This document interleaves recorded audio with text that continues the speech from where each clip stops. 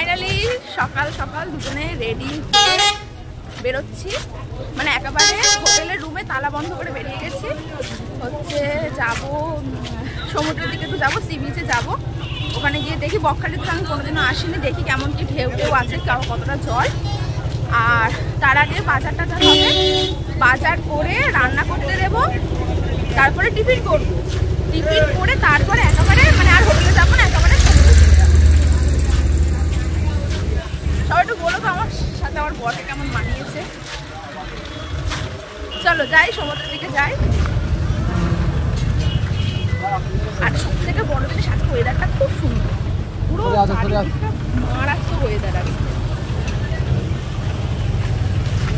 এরকম মেঘলা মেঘলা ওয়েদারে সমুদ্রে গিয়ে দেখতে হবে কেমন লাগে। চলো যাই, হাঁটতে হাঁটতে। আমাদের হোটেল থেকে সি বিচ খুব কাছে, 2 মিনিট মতো হেঁটে যেতে লাগে হোটেল থেকে সি বিচ। যাই, গিয়ে তারপর কথা হচ্ছে। আর এই আমরা চলে এসেছি পাশের একটা হোটেলে সকালবেলার ব্রেকফাস্টটা করতে। গরম গরম ঘুগনি, পরোটা আর সব শেষে ছিল ডিম সেদ্ধ। তাড়াতাড়ি টিফিনটা করে নিয়ে কিন্তু আমাদেরকে বাজারে যেতে হবে, লোকাল মার্কেটে, কারণ ওখান থেকে আজকে দুপুরের জন্য বাজারগুলো করে নিতে হবে। আর বাজারগুলো করে একটা বৌদির দোকানে সেগুলো দিয়ে দেওয়া হবে। সেই বৌদিটা আমাদের জন্য সব রান্নাবান্না করে রাখবে। আমরা স্নান করে এসে দুপুরবেলা গরম গরম সব খাবারটা সামনে পেয়ে যাব। আজকের মানে কালকে যখন আমরা আসি তখন কালকে দুপুরে তো হয়েছিল চিকেন আর রাতে হয়েছিল ডিম। আর আজকের সেকেন্ড ডে আমাদের, তাই জন্য আজকের দুপুরে হচ্ছে মাটন নেওয়া হচ্ছে। মাটন নিতে হবে বেশ অনেকটাই, কারণ আমাদের সাথে আরও কয়েকজন আছে। আর তার সাথে নেওয়া হচ্ছে এখানে একদম ফ্রেশ পাবদা মাছ। তো আজকে দুপুরবেলা আমাদের তো এই দুটোই মেনু, পাবদা মাছ সর্ষে দিয়ে পাবদা মাছের ঝাল হবে আর মাটন হবে। আজকে ওয়েদারটা সব থেকে সুন্দর, প্রচণ্ড সুন্দর ওয়েদার, একদম আকাশটা কালো মেঘে ঢেকে আছে। এই যে সামনের দোকানটা দাঁড়িয়ে আছে না, এই দোকানটাই ওই বৌদিটার দোকান, যে বৌদিটা আমাদের জন্য সব রান্নাবান্না করে রাখবে। আমরা এই বাজারগুলো দিয়ে স্নান করতে চলে যাচ্ছি। স্নান করে আস্তে আস্তে রান্নাও হয়ে যাবে আর আমাদের দুপুরবেলা খাওয়া দাওয়া হয়ে যাবে। তো চলো ফাইনালি এবার সি বিচের দিকে যাওয়া যাক। বাবা, সমুদ্রের তো কানা কিনারাও দেখা যায় না, কোনখান থেকে জল। হ্যাঁ ওই তুই দিকে তাকিয়ে বলো, সত্যি কতক্ষণ হেঁটে হেঁটে হেঁটে তারপরে এখনো তো আমি জল দেখতে পাচ্ছি না। বকখালির বিচটাই কত বড়, জল কত দূরে, কতক্ষণ ধরে এখন হাঁটতে হবে। যাই দুজন মিলে হাঁটতে হাঁটতে। বকখালি দিয়ে শুরু, হ্যাঁ এক এক করে এবার হবে পরপর। হ্যাঁ যা খেয়েছে সব হজম হয়ে যাচ্ছে হেঁটে গেল। তো জীবনে বউয়ের কথা শুনবে ভালো হবে। আমি বললাম যে চলো হোটেলে চলো, সব চেঞ্জ করে আসো। আমি বললাম হোটেলে চলো, সব চেঞ্জ করে আসো, কিছুতেই গেল না। এবার এখন এসে বলছে আমার বুট ভিজে যাবে, আমার জিন্স ভিজে যাবে, কত রকম কথা। যাই ভেজুক, আমি তো নিয়ে টানতে টানতে নামাবো। হ্যাঁ বউয়ের কথা না শুনলে এরকমই হয়। চারিদিকে শুধু বালি আর বালি, এই মাঠে দেখো মাথা শুধু বিচ দেখা যাচ্ছে। দাঁড়াও ব্যাক ক্যামেরায় দেখায় একবার, শুধু চারিদিকে বিচ দেখা যাচ্ছে, জলের পাত্তা নেই। দেখে মনে হচ্ছে মরুভূমি।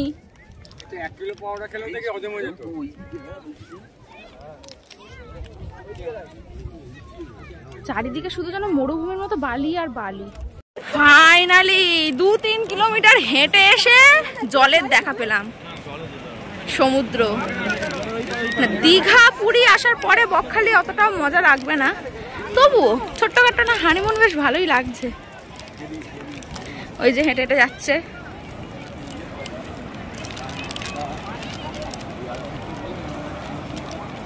এ দেখো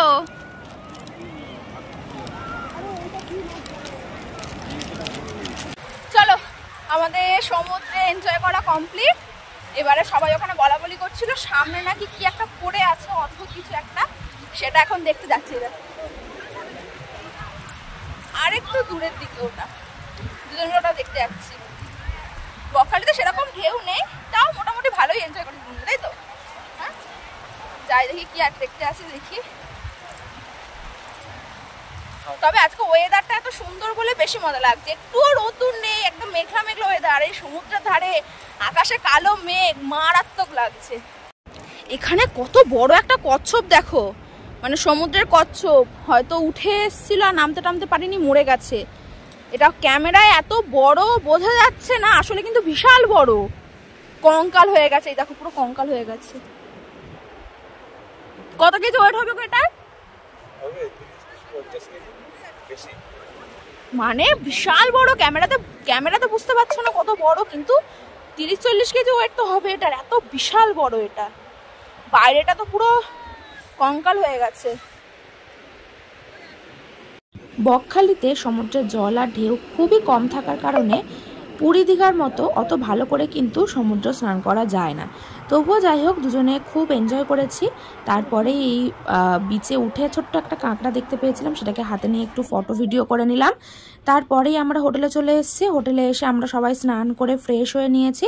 আর ওই যে বৌদির দোকানে সব বাজার করে দিয়ে এসেছিলাম, বৌদি সব রান্নাবান্না করে রেখেছিল। আমরা স্নান করে আসার সময় সব খাবার দাবারগুলো একেবারে নিয়ে চলে এসেছি। এই যে এখানে পাবদা মাছের ঝাল হয়েছে, সর্ষে আর পোস্ত দিয়ে পাবদা মাছের ঝালটা যা রান্না করেছিল না, আমার তো এখনও জিভে লেগে আছে। আর তার সাথে হয়েছিল লাল লাল ঝাল ঝাল মাটন কষা। সত্যি বলতে আমার বর আমাকে গল্প করছিল যে ওরা এর আগে যতবারই বকখালিতে এসেছে ততবারই ওই বৌদিকেই, মানে ওই বৌদির দোকানেই রান্না করতে দিত, কারণ ওই বৌদিটা এত সুন্দর হাতের রান্না, তোমরা না খেলে বিশ্বাস করবে না।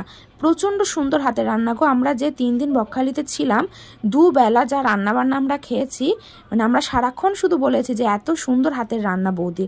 তো এই ছিল আমাদের আজকে দুপুরের মেনু। লাল লাল ঝাল ঝাল মাটনটাও যা বানিয়েছিল না, খুব সুন্দর, খুব জুসি আর খুব টেস্টি। তো চলো দুপুরবেলা আমরা একটু খেয়ে দিয়ে নিয়ে সবাই মিলে একটু রেস্ট নেব, মানে ওই বিকাল টাইমটা একটু শুয়ে থাকবো। তারপর সন্ধ্যেবেলা আবার যাব একেবারে সি বিচের দিকে ঘুরতে।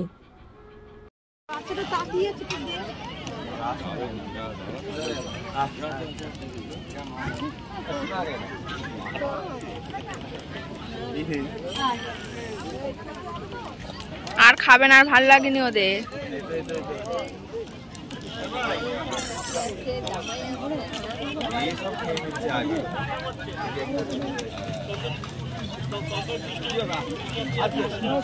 গুড ইভিনিং বন্ধুরা, সন্ধ্যাবেলা সবাই মিলে সমুদ্র বিচে চলে এসেছি। আর এসে আমরা এখানে একটা ভুট্টার দোকানে দাঁড়িয়েছি। আর তারপর ও দেখো এই ভুট্টার যে পাতাগুলো হয় না, ফেলে দেয়, সেগুলো গরুকে খাওয়াচ্ছে। গরুগুলো কত সুন্দর খাচ্ছে, দেখেছো?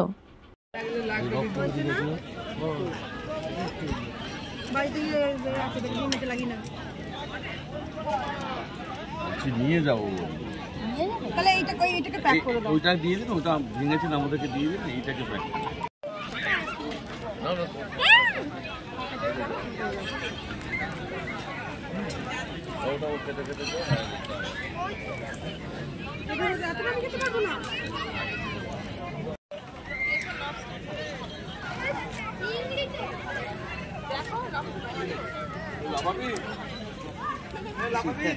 সন্ধেবেলা সমুদ্র বিচে খাওয়া দাওয়া করে আর অল্প একটু ঘুরে আমরা এখন আমাদের হোটেলের দিকে রওনা দিচ্ছি। এই একটুখানির জন্য সমুদ্র বিচের দিকে এসেছিলাম, একটু ঘুরতে আর খাওয়া দাওয়া করতে।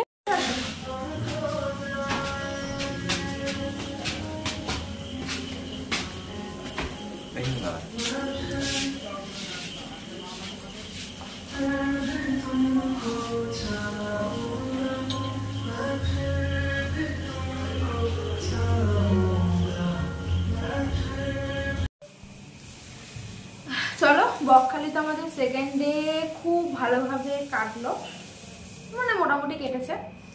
আর বেশিরভাগ সময় ওই দুজন মিলেই সময় কাটাচ্ছি, গল্প করছি, রুমেই খাবার দাবার এনে। চলে আসো, পুরো চলে আসো। এখানে জুতো খুলবে, ওখানে জুতো খুলে খালি পায়ে আসবে না কিন্তু।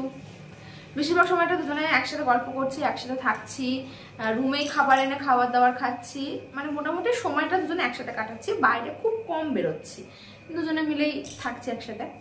এবার আজকের তো সেকেন্ড ডে আমরা এসেছি। কালকে আমাদের রিটার্ন, মানে বাড়ি ব্যাক করার কথা ছিল, কিন্তু হঠাৎ আবার এখানে সবাই মিলে প্ল্যান করলো কালকেরে যাবে গঙ্গাসাগর, মানে এখান থেকে নামখানা যাবে, বকখালি থেকে আবার ব্যাক করে নামখানা যাবে, ওখান থেকে আবার লঞ্চ ফঞ্চ করে সাগরে যাবে, গঙ্গাসাগরে যাবে, সেরকমই প্ল্যানিং হয়েছে। তো সেই জন্যই আজকে সারাদিন আমি হোটেলেই, মানে আমরা সবাই হোটেলেই ছিলাম, বাইরে আর বেরোয়নি। দুপুরবেলা খাওয়া দাওয়া করে সবাই শুয়ে রেস্ট নিচ্ছিল, কারণ কালকে সারাদিন অনেকটা জার্নি, ওখানে গিয়ে না খেয়ে অতটা দূর যেতে হবে, তারপর পুজো দিতে হবে, আবার ব্যাক করতে হবে, মোটামুটি কাল সারাদিন অনেকটা কষ্ট হবে। তো তাই জন্যই কেউ আর সেরকম কিছু করেনি, সবাই একসাথেই সন্ধ্যেবেলা সারা সন্ধ্যে গল্প করছিলাম হোটেলের রুমে বসে। আমি আর কোনো ভিডিও করিনি দুপুরবেলা খাওয়া দাওয়ার পর থেকেই, লাস্ট এখন আপডেটটা দিয়ে দিলাম তোমাদেরকে। এখন সেই 12টার মতো বেজে গেছে রাতের খাওয়া দাওয়া শেষ করতে, এখন শুয়ে পড়বো। কালকে খুব ভোরবেলা ঘুম থেকে উঠে সবাই স্নান করে, স্নান করে না, নর্মালভাবেই বেরোবো, কারণ স্নান হচ্ছে আমরা গঙ্গায় গিয়ে করবো, মানে গঙ্গাসাগরে গিয়ে স্নান করবো, স্নান করে তারপরে পুজো দেবো।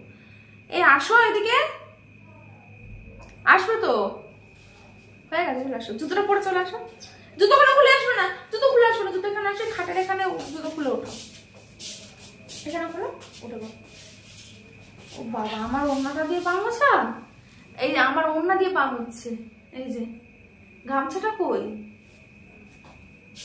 হ্যাঁ ওই তো গামছা, এই যে আমার ওড়না দিয়ে পা মোছা হচ্ছে। বউয়ের প্রতি কিরম ভালোবাসা, হ্যাঁ? না আসলে ওড়নাটা আমি এনেছিলাম, কিন্তু সেই ওড়নাটা দিয়ে লাস্ট পর্যন্ত ওড়না গায়ে নিচ্ছি না। ওড়না দিয়ে কি হচ্ছে বলতো, বিছানা ঝাড়া হচ্ছে, হ্যাঁ, শ্যাম্পু করে মাথায় জড়ানো হচ্ছে, বিছানা ঝাড়া হচ্ছে, সেই জন্য। বাবা বাবা, এই যে হয়েছে। তুমি আমার বাথরুমে চলে যাচ্ছ কেন? আমি ভিডিও করছি বলে বারবার বাথরুমে গিয়ে ঢুকে বসে আছে। আসো, তুমি না আসলে আমি ক্যামেরা অফই করবো না। সারাদিন আমি ক্যামেরা সেরকম ভাবে কিন্তু অন করি না, খুব লজ্জা পাচ্ছে ক্যামেরার সামনে আসতে, আস্তে আস্তে অভ্যাস হয়ে যাবে। এখনো তো ডেইলি ব্লগ শুরু করিনি, ডেইলি ব্লগ যখন শুরু করবো তখন অভ্যাস হয়ে যাবে। দাঁড়া, আসুক বেরুক।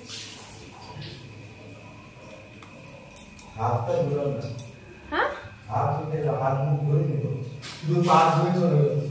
ও তা না, পাটা ধুয়ে ভালো করে চলে আসো। সমস্যা হচ্ছে বালি এলাকা না, কাল পর্যন্ত ঠিক ছিল, আজকে সমুদ্রে স্নান করে যখন ঢুকেছি সারা ঘর দৌড় বালি বালি হয়ে গেছে। বললে মুছে দিত, কিন্তু আর বলা হয়নি। আসলে আমাদের 3টে রুম নেওয়া, বেশিরভাগ সময় সবাই যে কোনো একজনের রুমে গিয়ে বসে সবাই মিলে একসাথে আড্ডা মারছে, গল্প করছে, এরকম ভাবে মজা করছে। আজকে সন্ধ্যাবেলা আমি একটু ছাদেও গেছিলাম, মানে আমাদের হোটেলের ছাদে, ওখানে একটু গান ফান ছেড়ে নাচানাচি সব হলো। কিন্তু করে চলে আসো। আর গামছাটা ফেরো না, আমার এটা দিয়ে মুছো, কাল গঙ্গাসাগরে যেতে হবে। কাল খুব সকালবেলা ঘুম থেকে উঠে সব ব্যাগটা গুছিয়ে নিয়ে যেতে হবে। বাবা, মেয়েদের থেকেও বেশি দেখা যায়। আর সত্যি আমি সারা ঘরে সারা রুমটাতে সংসার করেছি, চারিদিকে জামা কাপড় ঝোলানো, চারিদিকে এখানে দেখতে পাবে।